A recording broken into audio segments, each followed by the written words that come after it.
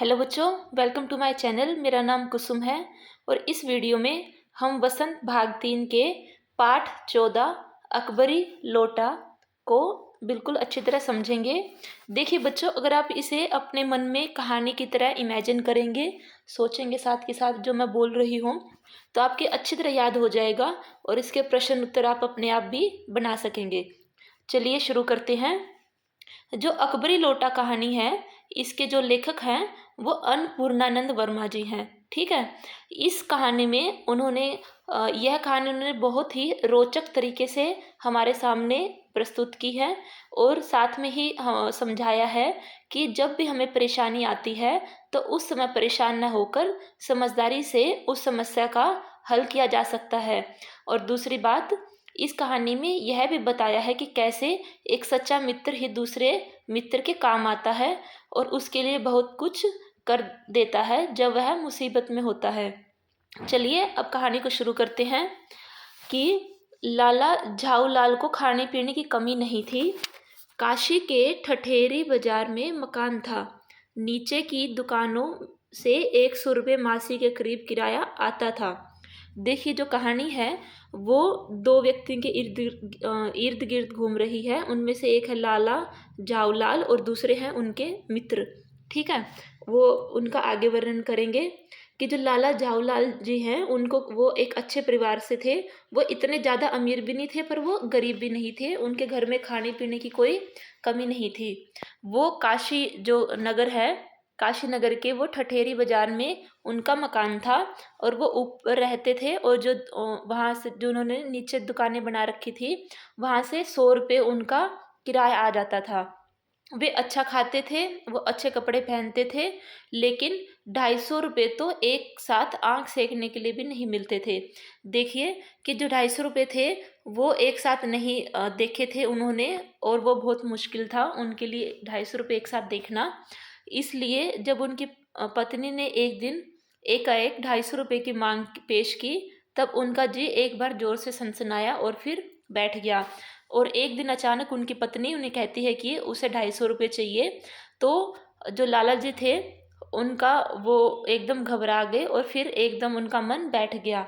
उनकी इस दशा को देखकर पत्नी ने कहा कि डरिए मत, आप देने में असमर्थ हो। असमर्थ मतलब जो जिसके लिए पॉसिबल ना हो, तो मैं अपने भाई से मांग लूँ।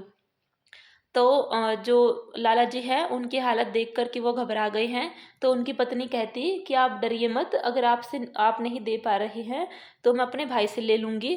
तो वो उनसे लाला जी से ये प्रश्न करती हैं। चलिए अगले पेज पे चलते हैं।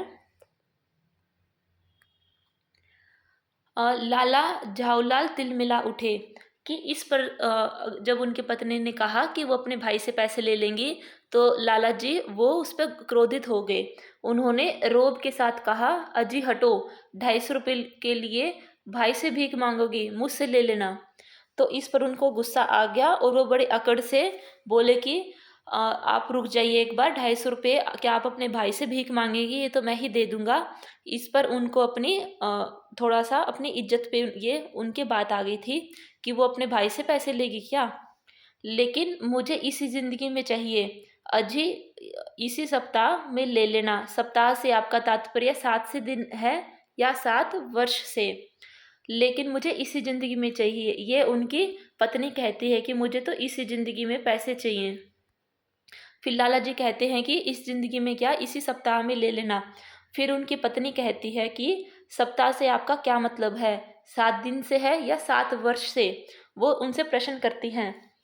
फिर जो लाला हैं, लाला झाऊलाल जी, उन्होंने रोब के साथ खड़े होते हुए कहा, आज से 7वें दिन मुझसे 250 रुपये ले लेना। इस बात पर लाला जी कहते कि आज से सही 7 दिन के बाद तुम मेरे से 250 रुपये ले लेना। लेकिन जब 4 दिन ज्यों त्यों में यूं ही बीत गए और रुपयों का कोई प्रबंध न हो सका, तब उन्हें चिंता होने लगी। प्रश्न अपनी प्रतिष्ठा का था, अपने ही घर में अपनी साख का था। देखिए कि 250 रुपये जो उनको देने थे एक सप्ताह के अंदर अंदर, लेकिन उसके 4 दिन बीत चुके थे और उसमें कोई भी पैसों का कोई भी इंतजाम नहीं हो सका। तो लाला जी को चिंता होने लगी, क्योंकि अब जो प्रश्न था वो उनकी मान इज्जत का था, वो अपने ही घर में कहीं वो मजाक ना बन जाते। देने का पक्का वादा करके अगर अब दे न सके तो अपने मन में वो क्या सोचेगी, उसकी नज़रों में उसका क्या मूल्य रह जाएगा। लाला जी कहते हैं कि उन्होंने तो देने का पक्का वादा किया था, लेकिन अगर वो समय पर 7 दिन में नहीं दे सके तो उनकी पत्नी क्या सोचेगी, कहीं उनकी नज़रों में उनकी इज्जत तो नहीं कम हो जाएगी, या कहीं उनका मजाक तो नहीं बन जाएगा। अपनी वाह वाह की सैकड़ों गाथाएं सुना चुके थे, अब जो एक काम पड़ा तो चारे खाने चित हो रहे। चारों खाने चित मतलब हार जाना। लाला जी कहते हैं कि वो अपनी जो वाहवाही थी उसकी काफ़ी सारी कहानियाँ वो अपनी पत्नी को सुना चुके थे, लेकिन अब जैसे ही उनकी पत्नी को एक काम पड़ा, उसने 250 रुपये मांगे, तो वो कहीं हार ना जाए, कहीं वो अपनी बात से पलट ना जाए, कहीं वो उनको दे ना पाए।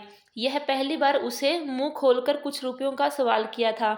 इस समय अगर दुम दबाकर निकल भागते तो फिर उसे क्या मुंह दिखलाएंगे। तो लाला जी परेशान थे कि बात तो सिर्फ कुछ रुपयों का था और उसने पहली बार ही लाला जी से मांगे थे, लेकिन अगर वो अब भाग निकलेंगे या उनको पैसे नहीं देंगे तो वो किस मुंह से उनके सामने जाएंगे, क्या मुंह दिखाएंगे। ठीक है बच्चों। खैर एक दिन और बीता। 5वें दिन घबराकर उन्होंने पंडित बिलवासी मिश्र को अपनी विपदा सुनाई। विपदा मतलब मुसीबत। अब लेखक लिखते हैं कि अब 5वां दिन आ गया और 5वें दिन घबराकर उन्होंने अपने मित्र को अपनी मुसीबत सुनाई कि उनकी पत्नी ने उन्हें 250 रुपये की मांग की है। संयोग कुछ ऐसा बिगड़ा था कि बिलवासी जी भी उस समय बिल्कुल खूकस थे। खूकस मतलब खाली हाथ, खू मतलब खाली, कस कख हाथ। ठीक है कि अब संयोग से कि जो उनके मित्र थे बिलवासी जी, उनके पास भी बिल्कुल भी पैसे नहीं थे। उन्होंने कहा कि मेरे पास हैं तो नहीं, पर मैं कहीं से मांग जांच कर लाने की कोशिश करूँगा, और अगर मिल गया तो कल शाम को तुम्हें मकान पर मिलूँगा।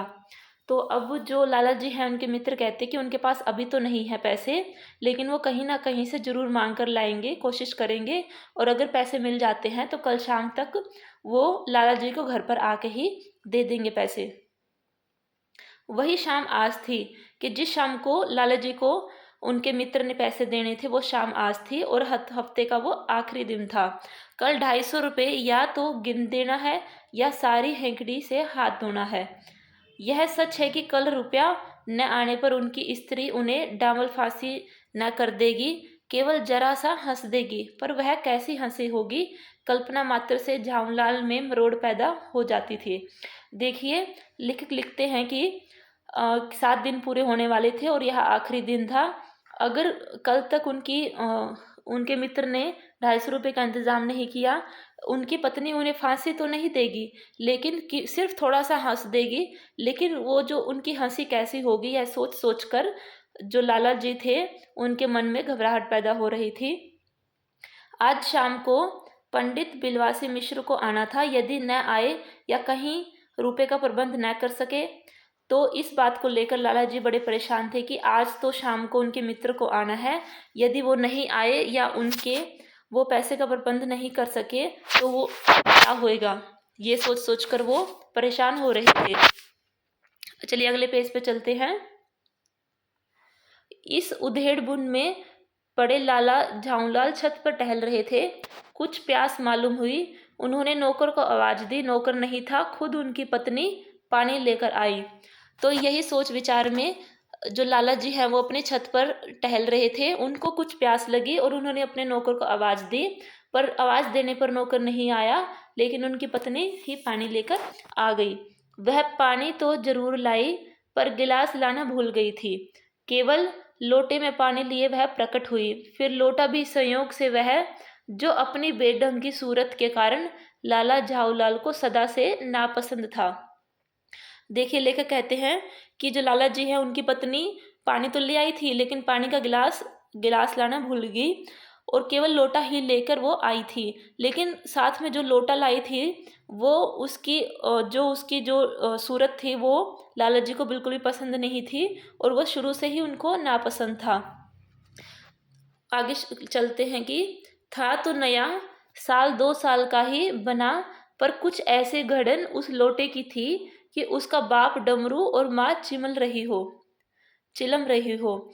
देखिए जो लोटा था वो 2 साल का ही, लगभग 2 साल पहले ही बना होगा, लेकिन उसकी जो बनावट थी वो ऐसी थी कि उसका बाप डमरू की मतलब वो मोटा था और उसकी माँ चिलम रही हो। वो उसकी जो आकार था वो कुछ बेढंगा सा था और वो लाला जी को बिल्कुल भी पसंद नहीं था। आगे चलते हैं कि लाला ने लोटा ले लिया, बोले कुछ नहीं, अपनी पत्नी का अदब मानते थे। मानना ही चाहिए, इसी को सभ्यता कहते हैं। जो पति अपनी पत्नी का न हुआ वह है पति कैसा। देखिए लाला जी ने लोटा भी ले लिया और कुछ भी नहीं बोले कि उनको पसंद है या ना नहीं पसंद है, या आप गिलास नहीं लाए, वो कुछ नहीं बोले। वे अपनी पत्नी का आदर करते थे, सम्मान करते थे, और मानना ही चाहिए। लेखक कहते हैं कि जो भी पति अपनी पत्नी का साथ देते हैं, उसका सम्मान करते हैं, वही असली पति है। और एक ये पति का एक ये धर्म है। आगे चलते हैं। फिर उन्होंने यह भी सोचा कि लोटे में पानी दें तब भी गनीमत है, अगर चूं कर देता हूँ तो बाल्टी में भोजन मिलेगा, तब क्या करना बाकी रह जाएगा। तब लाला जी सोचते हैं कि अच्छी बात है कि उन्होंने कम से कम उसको लोटे में तो पानी दे दिया, यह भी एक बड़ी बात है। लेकिन अगर वो चूं कर देते हैं, अगर वो कुछ बोलते हैं, तो कहीं उनको रात को बाल्टी में ना भोजन मिल जाए। तो वे ये सोचने लगे, और तब फिर क्या होएगा, वो क्या करेंगे अगर ऐसा कुछ हो जाएगा तो।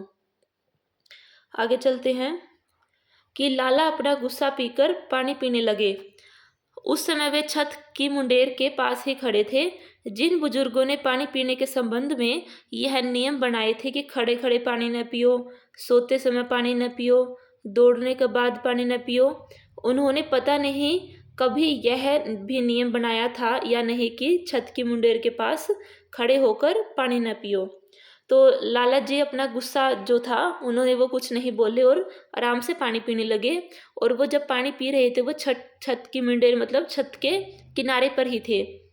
और लेखक लिखते हैं कि पहले बुजुर्गों ने पानी पीने के लिए कुछ नियम बनाए थे कि जैसे हमें खड़े होकर पानी नहीं पीना चाहिए, सोते अगर हम लेट रहे हैं तो लेटे हुए पानी नहीं पीना चाहिए, अगर दौड़ भाग करके आ रहे हैं तो उसके बाद भी पानी नहीं पीना चाहिए।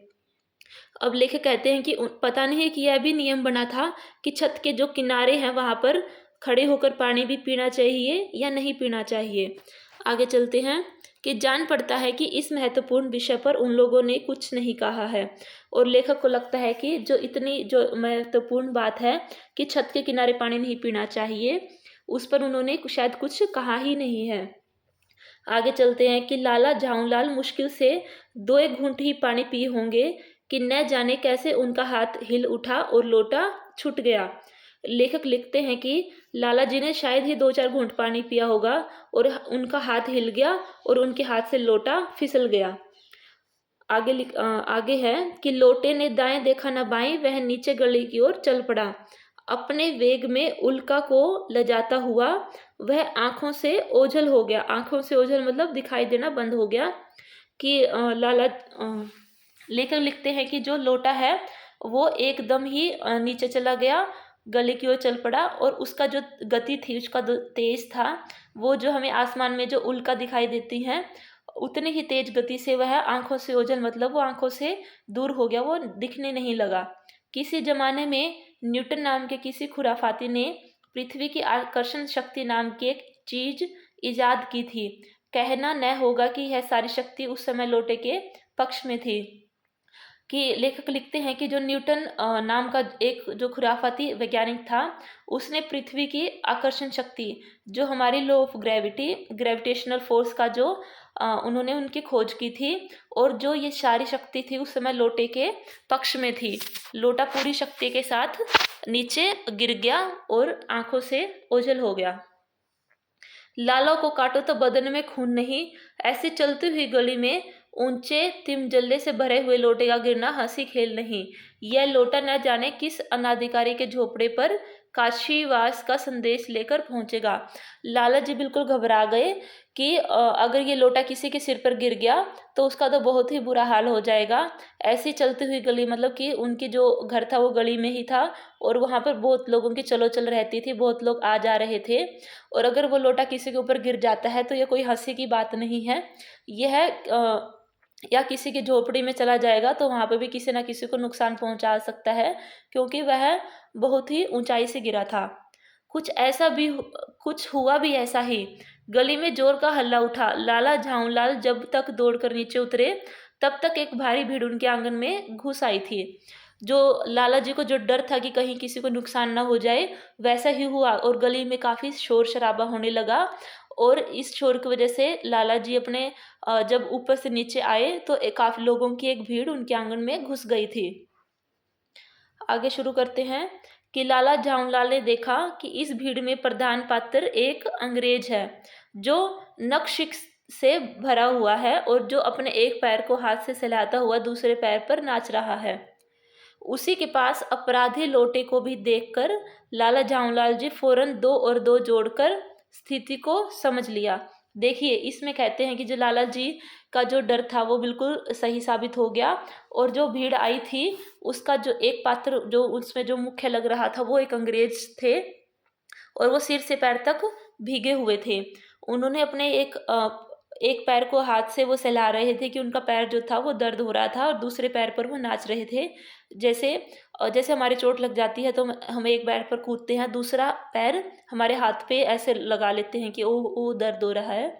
उसी के पास जो लोटे को भी देखकर लाला जी को समझ आ गया कि जो लोटा था उन्हीं के ऊपर, उस अंग्रेज के ऊपर ही गिरा था। चलिए आगे चलते हैं कि गिरने के पूर्व लोटा एक दुकान के सायाबान से टकराया। वहां टकराकर उस दुकान पर खड़े उस अंग्रेज को उसने सांगोपांग स्नान कराया और फिर उसी के बूट पर आ गिरा। जो लाला जी हैं उनको लगता है कि जो अंग्रेज के ऊपर गिरने से पहले जो लोटा था वो दुकान के बाहरी हिस्से से टकरा गया और उसका टकराने के बाद वो अंग्रेज के ऊपर गिर गया, उसको स्नान करवाया और फिर उनके बूट पर आकर गिर गया, उसके पैर पर आकर गिर गया। उस अंग्रेज को जब मालूम हुआ कि लाला झाऊलाल ही उस लोटे के मालिक हैं, तब उसने केवल एक काम किया, अपने मुंह को खोलकर खुला छोड़ दिया। लाला झाऊलाल को आज यह मालूम हुआ कि अंग्रेजी भाषा में गालियों का ऐसा प्रकांड कोश है। ठीक है, अब उस अंग्रेज को मालूम हो गया था कि जो लाला जी हैं उस वही लोटे के मालिक हैं और उन्होंने ही शायद वो लोटा गिराया है। तब उन्होंने अपना मुंह खोला और एक से एक गालियाँ लाला जी को देने लग गया और वो कुछ कुछ कहने लग गया गुस्से में कि ये क्या है, वो ये वो।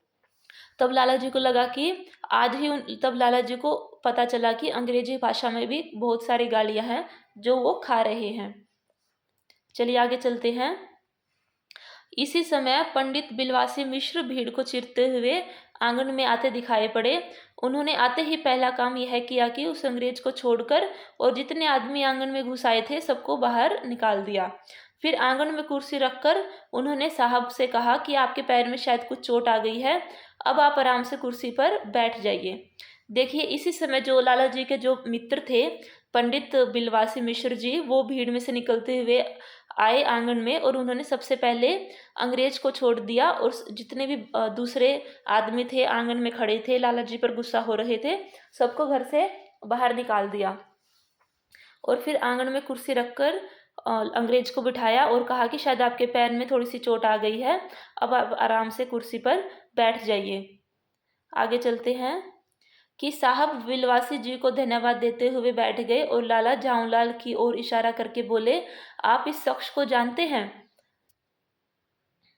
जो लेखक हैं, जो अंग्रेज थे, उन्होंने पंडित जी का, जो लाला जी के मित्र थे, उनका धन्यवाद दिया और कहा, लाला जी की तरफ इशारा करके बोले कि क्या आप इसको जानते हैं? तो जो लाला जी के जो मित्र थे उन्होंने कहा कि बिल्कुल नहीं, मैं ऐसे आदमी को नहीं जानना भी नहीं चाहता जो निरीह राह चलतों पर लोटों से वार करे।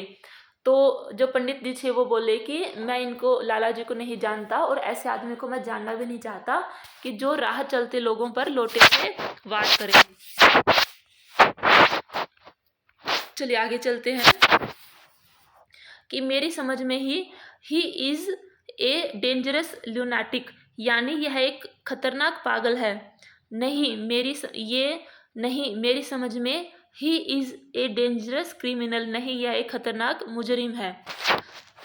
तो जो लाला जी के मित्र थे पंडित जी ने बोला कि मेरी नज़र में तो ये एक खतरनाक पागल है, लेकिन जो अंग्रेज़ थे, अंग्रेज़ ने कहा कि यह मेरी नज़र में ये एक खतरनाक मुजरिम है। ठीक है। ये सब कुछ लाला जी देख रहे थे और आगे शुरू करते हैं। इसके बाद परमात्मा ने लाला झाऊलाल की आंखों को इस समय कहीं देखने के साथ खाने की भी शक्ति दे दी जाती तो निश्चय ही वह अब तक बिलवासी जी को अपनी आंखों से खा चुके होते। वे कुछ समझ नहीं पाते कि बिलवासी जी को इस समय क्या हो गया है। देखिए, अगर भगवान ने लाला जी को आंखों को देखने के साथ साथ अगर खाने की शक्ति दे दिया होता तो वो अपनी आंखों से अपने दोस्त बिलवासी जी को ही खा चुके होते, क्योंकि वो समझ नहीं पा रहे थे कि जो उनके दोस्त हैं वो इस समय वो क्या कर रहे हैं, और वो लाला जी को ही पागल बता रहे हैं और वो अंग्रेज की साइड हो गई हैं। ठीक है। इसके बाद साहब ने बिलवासी जी से पूछा तो क्या करना चाहिए। जो अंग्रेज थे उन्होंने पंडित जी से पूछा कि अब क्या करना चाहिए। पुलिस की आगे चलते हैं कि पुलिस में इस मामले की रिपोर्ट कर दीजिए, जिसने यह आदमी फौरन हिरासत में ले लिया जाएगा। पुलिस स्टेशन है कहाँ? पास ही है, चलिए मैं बताऊं, चलिए। तो इस पर अंग्रेज़ कहते हैं कि पुलिस स्टेशन कहाँ है, और पुलिस में अगर इनकी रिपोर्ट करवा देते हैं तो क्या आप मेरे साथ चलेंगे? तो पंडित जी कहते हैं हाँ चलिए, मैं बता देता हूँ आपको पुलिस स्टेशन कहाँ पे है। आगे चलते हैं कि अभी चला, आपकी इजाज़त हो तो पहले मैं इस लोटे को इस आदमी से खरीद लूँ। क्यों जी, बेचोगे? मैं 50 रुपये तक इसका इनाम दे सकता हूँ। तो जो पंडित जी थे वो अंग्रेज़ से बोले कि मैं अभी चलने को तैयार हूँ, लेकिन अगर आपकी इजाज़त हो तो मैं पहले इस आदमी से इस लोटे को ख़रीदना चाहता हूँ। और वो लाला जी को कहते हैं कि आप इस लोटे को बेचोगे, मैं इसके लिए आपको 50 रुपये तक दे सकता हूँ। तो इसके बाद लाला झाऊलाल तो चुप रहे, पर साहब ने पूछा कि इस रद्दी लोटे से आप 50 रुपये क्यों दे रहे हैं। इस बात पर जब पंडित जी ने उनसे लोटे को के लिए 50 रुपये देने को कहा तो लाला जी तो चुप रहे, परंतु अंग्रेज ने पूछा कि इस लोटे के लिए आप 50 रुपये क्यों दे रहे हैं। आप आगे चलते हैं कि आप इस लोटे को रद्दी बताते हैं, आश्चर्य, मैं तो आपको एक विज्ञ और सुशिक्षित आदमी समझता था। तो पंडित जी कहते हैं, वो अंग्रेज को कहते हैं कि आपको तो यह लोटा रद्दी का लग रहा है, लेकिन मैं आश्चर्य में हूँ, मैं तो आपको पढ़ा लिखा और एक समझदार आदमी समझ रहा था। आगे है कि आखिर बात क्या है, कुछ बताइए भी। जनाब, यह एक ऐतिहासिक लोटा जान पड़ता है। जान क्या पड़ता है, मुझे पूरा विश्वास है यह वही प्रसिद्ध अकबरी लोटा है जिसकी तलाश में संसार भर के म्यूजियम परेशान हैं। तो इस पर जो लाला जी के मित्र हैं पंडित जी, वो कहते हैं कि साहब यह एक ऐतिहासिक, मतलब जिसकी साहित्य में हिस्ट्री में कोई इम्पोर्टेंस हो, ये वही लोटा है, और मुझे पूरा विश्वास है कि ये वही प्रसिद्ध अकबर का लोटा है जिसकी तलाश में दुनिया भर के जो म्यूजियम है वो परेशान हैं। यह बात, जी जनाब, 16वीं शताब्दी की बात है। बादशाह हुमायूं शेरशाह से हारकर भागा था और सिंध के रेगिस्तान में मारा मारा फिर रहा था। एक अवसर पर प्यास से उसकी जान निकल गई। उस समय एक ब्राह्मण ने इसी लोटे से पानी पिलाकर उनकी जान बचाई थी। तो जब अंग्रेज को बिल्कुल दिलचस्पी लेते हुए देखा कि, तो उसके ऊपर ये जो लाला जी के दोस्त थे पंडित जी, वो कहते कि हाँ जनाब, यह जो 16वीं शताब्दी की बात है कि जब बादशाह हुमायूं जी थे वो शेरशाह, और जब बादशाह हुमायूं का लड़ाई हो रही थी तो वह उनसे हार कर भाग रहा था, और जो सिंध है वहाँ के रेगिस्तान में वो अपनी जान के लिए पानी, क्योंकि उसको पानी नहीं मिल रहा था और उसकी जान बचाने के लिए इधर उधर भाग रहा था, तो उसकी जान प्यास से निकल रही थी। तो उसी समय एक ब्राह्मण ने इसी लोटे से पानी पिलाकर उनकी जान बचाई थी। आगे शुरू करते हैं कि हुमायूं के बाद अकबर ने उस ब्राह्मण का पता लगाकर उससे इस लोटे को ले लिया और इसके बदले में उसे इसी प्रकार के 10 सोने के लोटे प्रदान किए। यह लोटा सम्राट अकबर को बहुत ही प्यारा था, इसी से इसका नाम अकबरी लोटा पड़ा। देखिए, जो पंडित जी हैं वो कहते हैं कि हुमायूं के मरने के बाद जो अकबर थे उन्होंने उस पंडित का पता लगाया जिस पंडित ने इस लोटे को लिया था या उससे उनकी जान बचाई थी, और उन्होंने उसके बदले 10 सोने के लोटे उस ब्राह्मण को दिए और यह लोटा खरीद लिया। यह लोटा सम्राट अकबर को बहुत ही प्यारा था और इसी वजह से इसका नाम अकबरी लोटा पड़ गया। वह बराबर इसी से वजू करता था। सन 57 तक इसके शाही घराने में रहने का पता है, पर इसके बाद यह लापता हो गया था।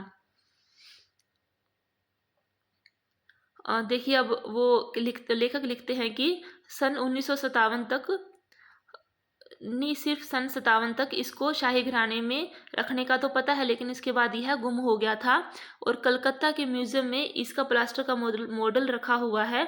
पता नहीं यह लोटा इस आदमी के पास कैसे आया। म्यूजियम वालों को पता चले तो फैंसी दाम देकर खरीद ले जाएं।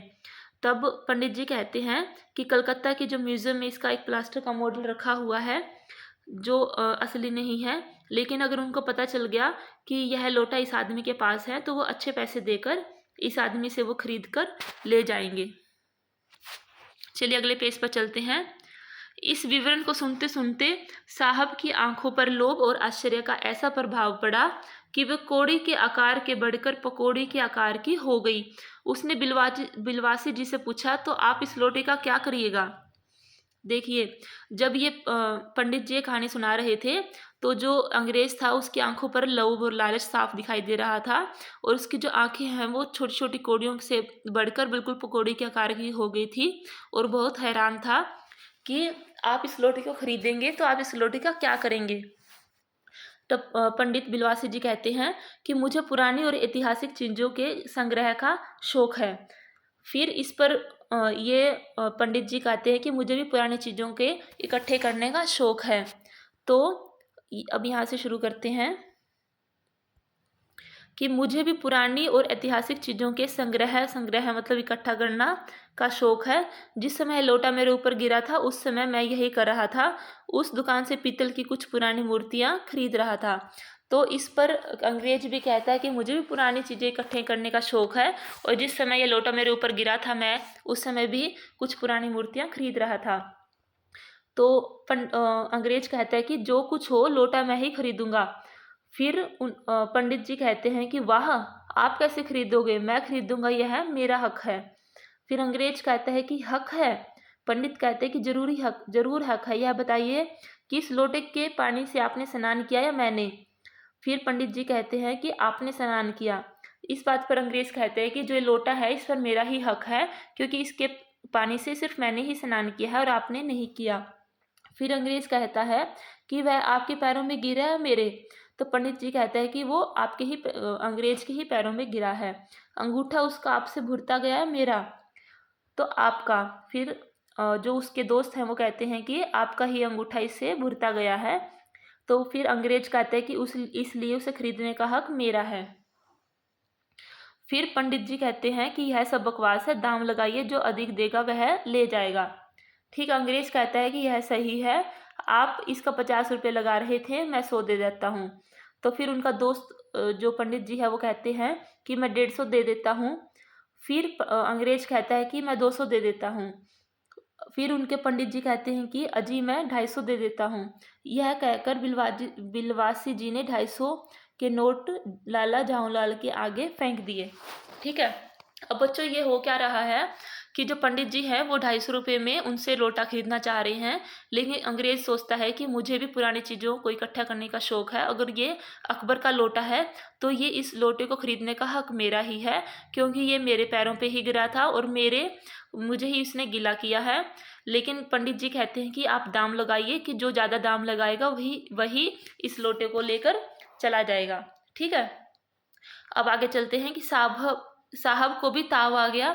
उसने कहा आप 250 देते हैं तो मैं 500 दूंगा, अब चलिए।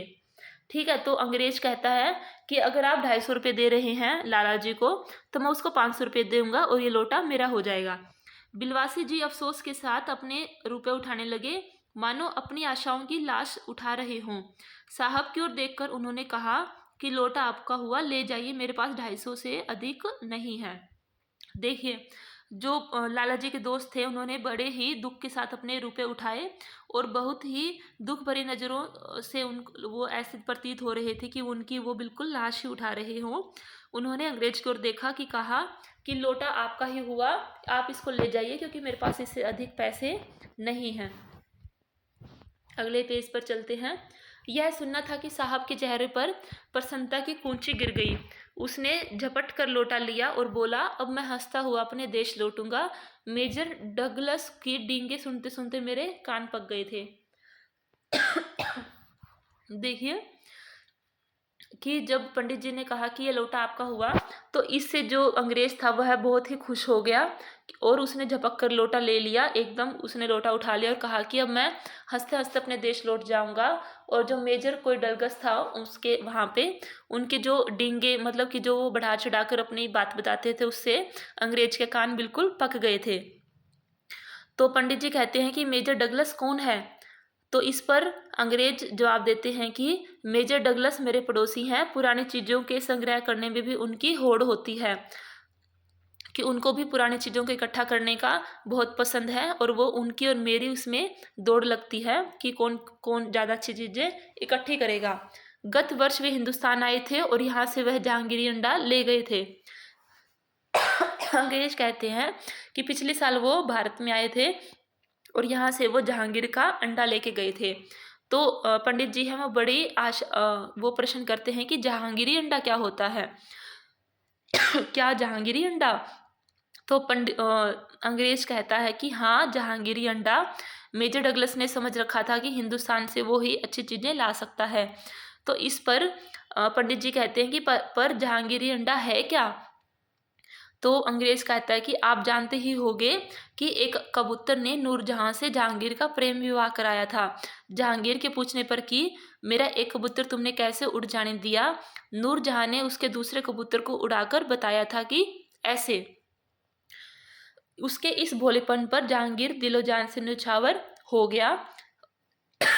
उसी क्षण से उसने अपने को नूरजहां के हाथ कर दिया।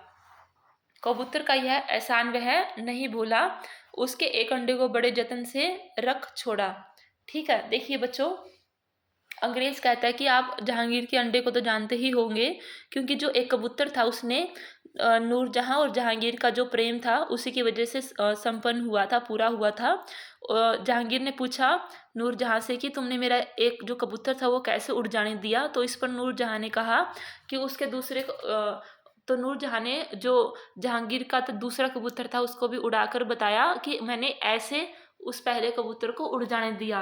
तो इतने भोलेपन को देखकर जहांगीर का दिल नूरजहां पर आ गया और उसी क्षण से उन्होंने कहा अपना हाथ नूरजहां जी को दे दिया कि अब से मैं तुम्हारा हो गया। और कबूतर का यह एहसान वो नहीं भूले और उसके एक अंडे को उन्होंने ही बड़े ध्यान से अपने पास संभाल कर रखा। आगे शुरू करते हैं कि एक बिल्लोर की हांडी में वह उसके सामने टंगा रहता था। बाद में वही हांडी, वही अंडा जहांगीरी अंडा के नाम से प्रसिद्ध हुआ। उसी को मेजर डगलस ने पार्सल दिल्ली में एक मुसलमान सज्जन से 300 रुपये में खरीदा। तो वो जो बिलोर की हांडी थी उसमें वो अंडा टंगा रहता था और बाद में उसी का नाम जहांगीरी अंडा हो गया, प्रसिद्ध हुआ। और जो मेजर डगलस है जो अंग्रेज का वहाँ पर जानकार है, उसने दिल्ली में एक मुसलमान आदमी से उसे 300 रुपये में खरीदा था। तब पंडित जी कहते हैं कि यह बात, अच्छा तो यह बात है और यही जहांगीरी अंडे की कहानी है। फिर वो कहते हैं कि हाँ, पर अब मेरे आगे दून की नहीं ले सकते, मेरा अकबरी लोटा उनके जहांगीरी अंडे से भी एक पुश्त पुराना है। तब अंग्रेज कहते हैं कि हाँ, यही बात है और अब वो मेरे से ऊपर नहीं हो सकते ये जो पुरानी चीज़ें इकट्ठे करने के मामले में, क्योंकि जो मैंने अब जो अकबरी लोटा जो खरीद लिया है वह उनके जहांगीरी अंडे से भी एक पुश्त पुराना है। इस रिश्ते से तो आपका लोटा उस अंडे का बाप हुआ। तो इस पर पंडित जी कहते हैं कि इस रिश्ते से तो आपका जो लोटा है उस अंडे का वो बाप हो गया है। साहब ने लाला झाऊलाल को 500 रुपये देकर अपनी राह ली। लाला झाऊलाल का चेहरा इस समय देखते बना था, जान पड़ता था कि मुंह पर 6 दिन की बढ़ी हुई दाढ़ी का एक एक बाल मारे प्रसन्नता के लहरा रहा हो। ठीक है, तो जो अंग्रेज हैं वो लाला जी को 500 रुपये देकर वहाँ से निकल लिए। और जो लाला जी का जो चेहरा था वह देखते बनता था, मतलब वो बहुत ही खुश थे। उनके मुंह पर 6 दिन की जो बड़ी बड़ी दाढ़ी, जो मतलब 6 दिन से जो परेशान थे, उसका एक एक बाल बिल्कुल प्रसन्नता से खिल रहा था। वो बहुत ही ज़्यादा खुश थे कि उनको 250 रुपये का इंतज़ाम हो गया था। उन्होंने पूछा कि मेरे लिए 250 रुपये घर से लेकर आए, पर आपके पास तो थे नहीं। तो वो अपने पंडित दोस्त से पूछते हैं कि आप मेरे लिए 250 रुपये कहाँ से लेकर आए हो, क्योंकि आपके पास तो 250 रुपये थे ही नहीं। तो बिलवासी जी कहते हैं कि इस भेद को मेरे सिवाय मेरा ईश्वर ही जानता है, आप उसी से पूछ लीजिए, मैं नहीं बताऊंगा। तब इस पर पंडित जी कहते हैं कि ये जो रहस्य है वो मेरा ईश्वर ही जानता है, आप उनसे ही जाकर पूछ लीजिए, मैं आपको नहीं बताऊंगा। पर आप चले कहाँ? अभी मुझे आपसे काम है 2 घंटे तक। तो लाला जी कहते हैं कि अभी आप कहाँ चल दिए, अभी तो मुझे आपसे 2 घंटे का काम है। 2 घंटे तक? पंडित जी बहुत हैरानी से पूछते हैं कि 2 घंटे का क्या काम है?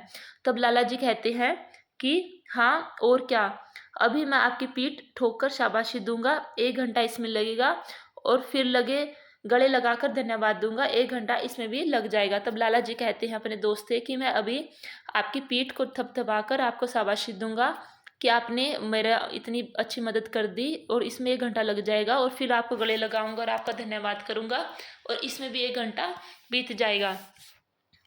फिर पंडित जी कहते हैं कि अच्छा पहले 500 रुपये गिनकर सहेज लीजिए।